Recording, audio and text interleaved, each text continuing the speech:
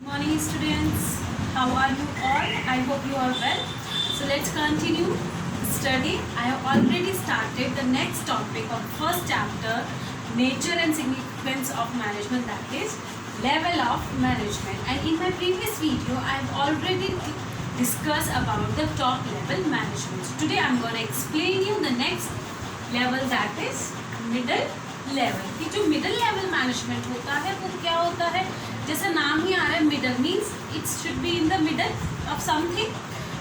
तो हमने डिस्कस किया था कि हमारे 3 लेवल्स होते हैं, top level, middle level and the lower level. तो मिडल लेवल का काम क्या है? मिडल लेवल का काम ये है कि जो टॉप लेवल जो हमने पढ़े थे कि जो प्लान्स, पॉलिसीज, ऑब्जेक्टिव वो सेट कर रहे हैं, वो कौन कहाँ है? टॉप लेवल से मिडल लेवल के पास है, और जो मिडल लेवल है वो उसको कहाँ तक पहुँचाता है? वो पहुँचाता है लोअर लेवल तक। So let's start. अब हम देखते हैं कि जो हमारा मिडिल लेवल में उसमें कौन कौन से हेड हैं। जैसे हमारे टॉप लेवल में था सीईओ, था सीएफओ, था मैनेजिंग डायरेक्टर। तो यहाँ कौन है जो वर्क करते हैं एट द मिडिल लेवल? तो it consist of departmental heads. यहाँ पर हमारी वर्ड आ रहा है डिपार्टमेंटल हेड, और आपको पता भी होगा, आप भी 11th क्लास में पढ़े थे, we have 4 different departments, HR department, production department, finance department and marketing department. तो वो जो हमारे डिपार्टमेंट्स हैं उनमें कोई ना कोई तो वर्क कर ही रहा होगा। एक तो उनके हेड हो गए जो टॉप लेवल पे। मिडिल की अगर बात करते हैं, यहाँ पर हमारा क्या आता है, जैसे हमारा है परचेज डिपार्टमेंट हेड। प्रोडक्शन करनी पड़ती है, प्रोडक्शन करने के लिए हमें रॉ मटेरियल की भी ज़रूरत पड़ती है, अब उसके लिए भी तो कोई ना कोई पर्सन होना चाहिए। तो यहाँ पर हमारा क्या है, परचेज डिपार्टमेंट हेड। नेक्स्ट आपका आता है फाइनेंस मैनेजर, जो फाइनेंस डिपार्टमेंट में है। फिर आपका marketing manager, then sales department head etcetera, सारे जितने भी आपके आते हैं। अब हम डिस्कस करते हैं फंक्शंस की। जो मिडिल लेवल मैनेजमेंट है वो किस तरीके से काम करता है। तो सबसे पहले आपका आता है interpretation of policies framed by top management to lower level. कि जो top level management policies, plans, objective को सेट करता है, मिडिल लेवल क्या करता है, उन पॉलिसीज को कहाँ तक पहुँचाता है?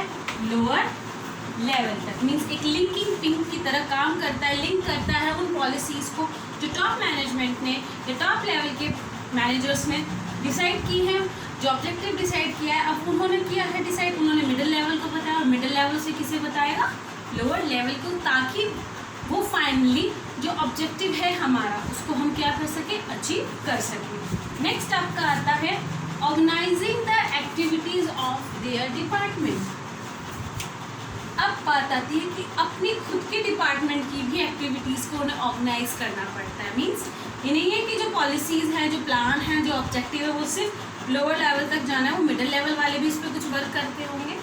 तो वहाँ पर भी वो क्या करते हैं, उस प्लान के अकॉर्डिंग, उस ऑब्जेक्टिव के अकॉर्डिंग अपने डिपार्टमेंट की जो एक्टिविटीज़ हैं, मीन्स उन्हें किस तरीके के रिसोर्सेज चाहिए, कितना फाइनेंस चाहिए, और आप कह सकते हैं कि कितना टारगेट होना चाहिए, किस तरीके से हम उसे अचीव करें। कि प्रोडक्शन हम ठीक है कर रहे हैं, लेकिन मार्केटिंग पे उसका क्या इफ़ेक्ट पड़ेगा, या डिमांड कितनी है हमारे उस प्रोडक्ट की। तो ये सारी चीज़ों के लिए उन चीज़ों को क्या करना है, ऑर्गेनाइज करना पड़ेगा। तो मिडिल लेवल क्या करता है, वो सारी चीज़ें करते हैं। नेक्स्ट आपका आता है फाइंडिंग आउट और recruiting, selecting and appointing the required employees. कि अगर मिडिल लेवल पर किसी भी डिपार्टमेंट में किसी भी तरीके से एम्प्लॉयज़ की रिक्वायरमेंट पड़ती है, तो वो क्या करते हैं, उन चीज़ों के लिए एडवर्टाइजमेंट देते हैं, वैकेंसीज निकालते हैं, रिक्रूट करते हैं, उनको सिलेक्शन करते हैं उनका, और लास्ट उनको अपॉइंट करते हैं उस पर्टिकुलर जॉब पोस्ट के लिए जो उन्हें नीड होती है। नेक्स्ट हमारा आता है motivating the person to perform to their best ability. कि जो मिडिल लेवल के मैनेजर्स हैं उनका काम सबसे ज़्यादा होता है, अगर देखा जाए तो सबसे ज़्यादा। क्यों? क्योंकि उन्हें वो चीज़ें भी संभालनी जो टॉप लेवल ने की है, और उन्हें वो चीज़ें भी देखनी जो लोअर लेवल की, अगर उन्हें कोई प्रॉब्लम हो रही है किसी तरीके की, उन चीज़ों को भी उन्हें ध्यान रखना पड़ता है। तो यहाँ पर जो मैनेजर्स हैं वो क्या करते हैं, time to time persons, means यहाँ पर जो उनके एम्प्लॉयज़ हैं, जो उनके अंडर काम करें, यानी जो सुपीरियर है उसके अंडर जितने भी सबॉर्डिनेट्स हैं, उनको वो क्या करता है, टाइम टू टाइम मोटिवेट करता है, ताकि वो अपनी बेस्ट एबिलिटी शो कर सकें। आप भी देखते हो कि एक टाइम आता है एक ही कंटिन्यूस हम वर्क कर रहे हैं, एक टाइम ऐसा आएगा कि यार बोर हो, रोज़ यही काम करना पड़ता है। वहीं पर अगर हम ये सोच के बैठ जाए डेली यही काम करना है, तो हम अपने आप को क्या करें, एक तरीके से डीमोटिवेट, उसमें अपना बेस्ट नहीं दे पाते हैं। तो मैनेजर क्या करते हैं, अपने एम्प्लॉयज़ को मोटिवेट करते हैं ताकि वो अपना बेस्ट शो कर सके। काम तो है, जैसे सिंगिंग है, सिंगिंग तो सब करते हैं, लेकिन सबकी सिंगिंग में कुछ तो डिफरेंस होगा।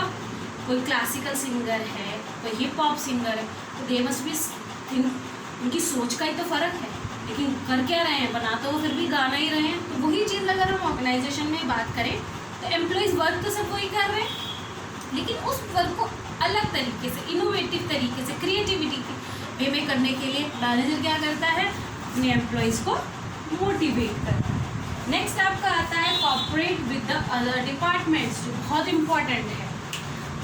तो मैंने भी बताया था हमारे यहाँ 4 डिपार्टमेंट, HR, फाइनेंस, मार्केटिंग और प्रोडक्शन, और ये 4 डिपार्टमेंट है। और अगर इन चारों ही डिपार्टमेंट में कोऑर्डिनेशन नहीं होगा तो हम वर्क ही नहीं कर पाएंगे।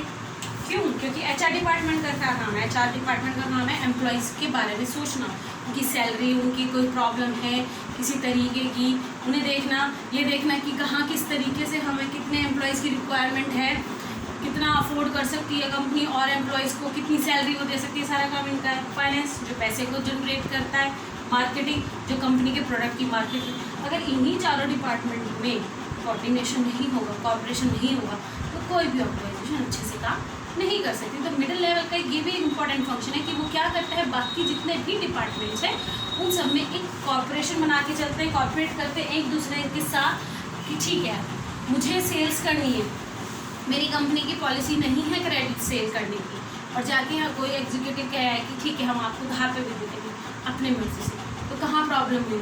प्रॉब्लम हुई यहाँ का मार्केटिंग डिपार्टमेंट। क्यों? वो तो कराया, लेकिन फाइनेंस डिपार्टमेंट ने तो कहा है कि हम सिर्फ कैश सेल करेंगे, हम क्रेडिट सेल नहीं कर सकते, तो प्रॉब्लम हो गई। तो इस प्रॉब्लम से बचने के लिए क्या होना चाहिए?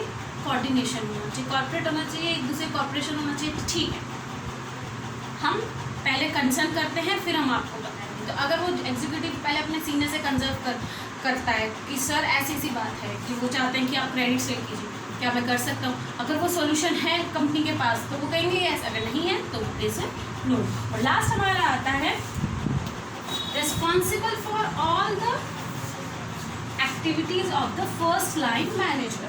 और किस चीज़ के लिए वो रिस्पॉन्सिबल जिम्मेदार है? सारी एक्टिविटीज जो कौन करता है? First line manager. कौन करता है? First line manager. आप सोचोगे फर्स्ट लाइन मैनेजर क्या है, तो I will explain you. Manager at the lower level, एक मैनेजर होता है जो लोअर लेवल पर होता है in an organisation who deals directly with the employee. ये डायरेक्टली किससे डील कर रहा है? एम्प्लॉयज से डील करता है, उनके साथ रहता है, डे टू डे की एक्टिविटीज़ को एनालाइज करता है, देखता है। तो जो मिडल मैनेजर्स होते हैं, जो मिडिल लेवल पे मैनेजर्स होते हैं, तो वो जिम्मेदार होते हैं किस चीज़ के लिए? उस फर्स्ट लाइन मैनेजर की एक्टिविटीज़ के लिए। आई होप स्टूडेंट्स आपको मिडिल लेवल मैनेजमेंट समझ में आ गया होगा। अब मैं आपका कंटिन्यू करती हूँ next topic, that is lower level management. So our next topic is supervisory level, और you can say lower level और the operational level. This is the last level of management. Top level हमने discuss कर लिया, middle level हमने discuss किया। अब बारी आती है हमारे लास्ट लेवल की, जिसको हम सुपरवाइजरी भी कहते हैं, लोअर लेवल भी कहते हैं और ऑपरेशनल लेवल भी कहते हैं। एज द नेम से सुपरवाइजरी मीन्स जहाँ पर वर्क को क्या किया जाता है? सुपरवाइज किया जाता है, देखा जाता है कि एक्चुअली कैसे वर्क किया जा रहा है। टॉप लेवल का काम था पॉलिसीज बनाना, ऑर्गेनाइजेशन के बारे में सोचना, बिजनेस एनवायरनमेंट को एनालाइज करना। मिडिल लेवल का काम था कि जो टॉप लेवल ने प्लान्स, पॉलिसीज, प्रोसीजर्स बनाए हैं उनको कैसे लोअर लेवल तक पहुँचाया जाए और अपने डिपार्टमेंट्स पे किस तरीके से एक्टिविटीज़ को ऑर्गेनाइज किया जाए। अब मेन काम जो आता है वो आता है हमारा लोअर लेवल का, जो कि एक्चुअल में जहाँ हम क्या कर रहे हैं? प्रोडक्शन कर रहे हैं किस चीज़ की? उस ऑब्जेक्टिव को अचीव करने के लिए जो कि हमारे टॉप लेवल ने डिसाइड किया था। यहाँ पर प्रोडक्शन चल रही है काम की, रॉ मटेरियल को फाइनली किस में कन्वर्ट किया जा रहा है? Finish product. तो लेट्स सी यहाँ पर कौन कौन आते हैं। आप कहते हैं consist of supervisor, superintendent, foreman, clerk etcetera. ये जो है these are come under the lower level management. Manager of this group actually carry on the work or perform the activities according to the plan of top level and the middle level. तो यहाँ पे जो managers हैं वो क्या करते हैं, इस ग्रुप के उस वर्क को आगे लेके जाते हैं, कैरी करते हैं, परफॉर्म करते हैं उस एक्टिविटीज़ को किसके अकॉर्डिंग, उस प्लान के अकॉर्डिंग जो टॉप लेवल और मिडल लेवल ने उन्हें बताया है। तो मेन काम क्या है यहाँ पर, मेन काम यही है सुपरवाइजर्स का चेक करना कि जो उसके अंदर काम कर रहे हैं वर्कर्स एंड फॉरमैन्स हैं वो अच्छे तरीके से उस वर्क को परफॉर्म कर रहे हैं या नहीं कर रहे हैं, और उनकी जो अथॉरिटी होती है वो क्या होती है, वो लिमिटेड होती है। जैसे टॉप लेवल है, मिडिल लेवल, उनकी अथॉरिटी ज़्यादा होती है, यहाँ पर अथॉरिटी लिमिटेड है, वो अपने वर्क को किसी और पर डिपेंडेबल नहीं कर सकते। सबसे इम्पॉर्टेंट बात जो हमारा आउटपुट है उसकी क्वालिटी और क्वांटिटी टोटली किस पर डिपेंड होती है, इस लेवल की एफिशिएंसी पर डिपेंड होती है। जैसे मैंने बताया आपको स्टार्टिंग में, यहाँ पर हम क्या करेंगे, यार converting the raw material into a final product. Final product में हम सबसे पहले क्या देखते हैं, यही चीज़ देखते हैं कि उसकी क्वालिटी, उसकी क्वांटिटी बहुत अच्छी होनी चाहिए, और एफिशिएंसी मीन्स वेस्टेज ना हो किसी भी चीज़ का, ना रॉ मटेरियल का, ना टाइम का, और ना ही कॉस्ट का। तो इसके कुछ फंक्शंस हैं, अब हम डिस्कस करते हैं स्टूडेंट्स। तो फंक्शन में सबसे पहला क्या है, रिप्रेजेंटिंग द प्रॉब्लम और ग्रीवेंस ऑफ वर्कर्स।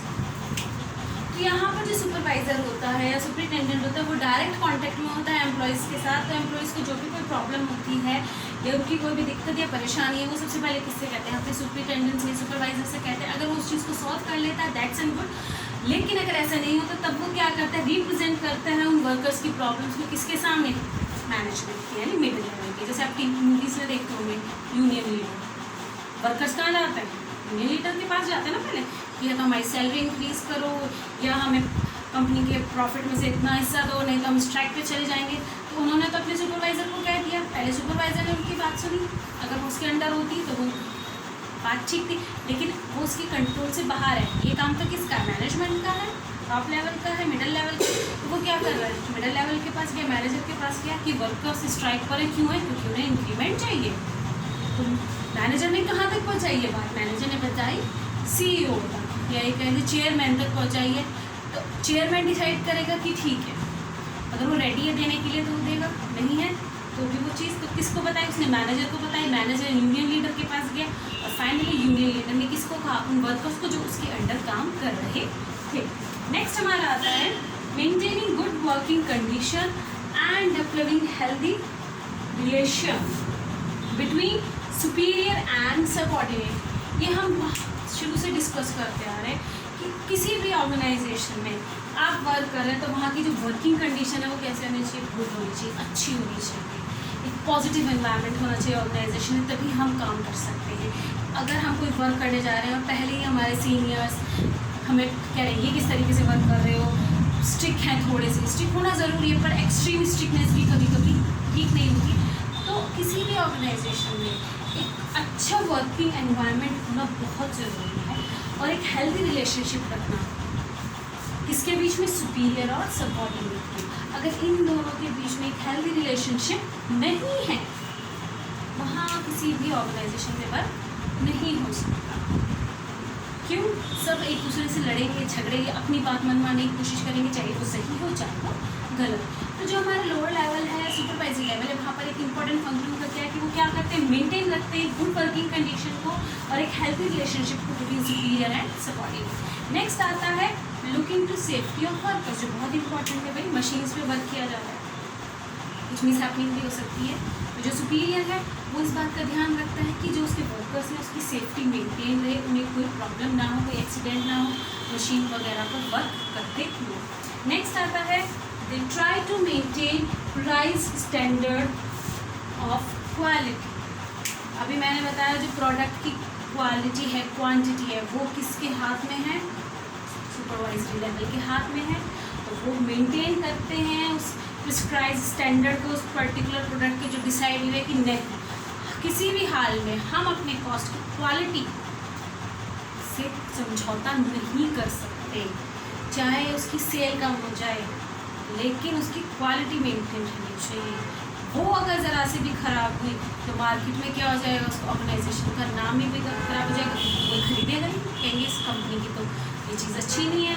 आप सुनते भी होंगे अगर आप कोई फ़ोन्स वगैरह लेने जाते हो तो सबसे पहले आप क्या करते हो, जितनी भी कंपनीज़ हैं एक एनालाइज़ करते हो ना कि मुझे 15 से 20 की रेंज में, 15,000 से 20,000 की रेंज में फ़ोन चाहिए, मुझे फीचर्स चाहिए, तो आप क्या करते हो, एनालाइज़ करते हो कि सैमसंग का क्या है, नोकिया का क्या है, आपका रेडमी का क्या है, MI का क्या है, तो आप कंपेयर करते हो ना सारी चीज़ें। जो खैर तो चाइनीज़ प्रोडक्ट उनके पास होने वाले हैं, इंडिया के लिए देखिए सोनी, सैमसंग, इन्हीं पे मेरे ख्याल से रिलायबल रहना पड़ेगा, तो इन्हीं में कंपेयर कीजिएगा, नोकिया, सैमसंग, सोनी, तो हम कंपेयर करते हैं। दूसरा एग्जांपल मैं ले लेती हूँ आपका कंप्यूटर, लैपटॉप, उसमें भी आप कंपेयर करते हो हर एक कंपनी का कि एप्पल का कैसे होगा, HP का कैसे होगा, लेनोवो का कैसे होगा, कंपेयर करते हो ना, क्वालिटी किसकी अच्छी है, मेंटेनेंस किसकी, वही चीज़ वो कब होगी जब वो कंपनी खुद उस चीज़ को मेंटेन कर रखती है। तो सुपरवाइजरी लेवल का एक इम्पॉर्टेंट वर्क है कि वो क्या करते हैं, उस प्रोडक्ट की जो प्रिस्क्राइब स्टैंडर्ड मेंटेन जो कही है कंपनी ने, उसको हम बरकरार रखने की कोशिश करते हैं। नेक्स्ट आता है, they are responsible for boosting the morale of the workers and developing the team spirit. वही चीज़ फिर से है कि वो उनकी रिस्पॉन्सिबिलिटी बन जाती है कि वो एम्प्लॉइज़ के मोरल को डाउन ना होना दे, उसको बूस्टअप रखें, मीन्स एनर्जेटिक रखें all the time, yes you can do better, आप इससे भी अच्छा कर सकते हैं। कोई नया इनोवेशन लेके आए, कोई नई क्रिएटिविटी दिखा रहा है उसमें, उस चीज़ को ले भी वो बोलते हैं ठीक है, very good, well and done. तो और साथ के साथ क्या है, टीम स्पिरिट, जो बहुत ज़रूरी है, because we are working as a team in the organisation. और जब टीम के बीच में कोऑर्डिनेशन होगा, कॉर्पोरेशन होगा, तभी एक ऑर्गेनाइजेशन अच्छे से वर्क कर सकता है। तो अगर वो चीज़ नहीं है तो हमारा पॉसिबल ही नहीं है कि हम अपने गोल को अचीव कर सकें। जैसे आर्मी है, आर्मी कैसे सक्सेसफुल बनती है, अपने किसी एक पर्टिकुलर जाती है जैसे कहीं, तो वहाँ पर उनके बीच में क्या होती है, टीम स्पिरिट होती है। किसी भी जगह पर अगर वो गए हैं, किसी टेररिस्ट ने अटैक किया, तो वहाँ पर वो क्या करते हैं, प्लान करते हैं, टीम में चलते हैं कि आप इधर से जाइए, हम इधर से जाइए, अपनी नहीं चलाते, पहले पूरी तरीके से प्लान करते हैं जिसमें सबकी हामी मीन्स सबकी वो लगी होती है स्टैम्प कि हाँ ठीक है हम इसी तरीके से वर्क करें। तो ऐसे ही ऑर्गेनाइजेशन में है कि ना तो हमें हमारे एम्प्लॉयज़ का मोरल डाउन करना है, और दूसरा उनके बीच में टीम स्पिरिट है, because we are working as a team, we are working as a family. और हमें पता है कि जो एम्प्लॉयज़ हैं वो एक तो क्या है, they are the oxygen, they are work as oxygen for the organisation. अगर एम्प्लॉयज़ ही वर्क नहीं करेंगे तो कोई भी ऑर्गेनाइजेशन काम नहीं कर सकती। और लास्ट हमारा आता है minimising the wastage of material and maintaining safety standard. ये मैंने भी आपको डिस्कस किया था कि जो हम कोई भी पर्टिकुलर प्रोडक्ट बना रहे हैं उसमें जो वेस्टेज हो रही है रिसोर्सेज की, मटेरियल की, वो कम से कम होनी चाहिए, और उसका सेफ्टी स्टैंडर्ड हमें मेंटेन कर रखना चाहिए। सारा काम किसका, ये सारा काम है सुपरवाइजरी लेवल का। सो स्टूडेंट्स, आई होप आपको समझ में आ गया होगा all the 3 levels of management, top, middle and lower. इसमें आपको 3 मार्क्स में क्वेश्चन में मिल सकता है, you can easily get direct question और you can get the case study question. और इस टॉपिक से रिलेटेड केस स्टडी मैं डिस्कस करूँगी आपके साथ मेरी नेक्स्ट वीडियो में। Thank you, have a nice day.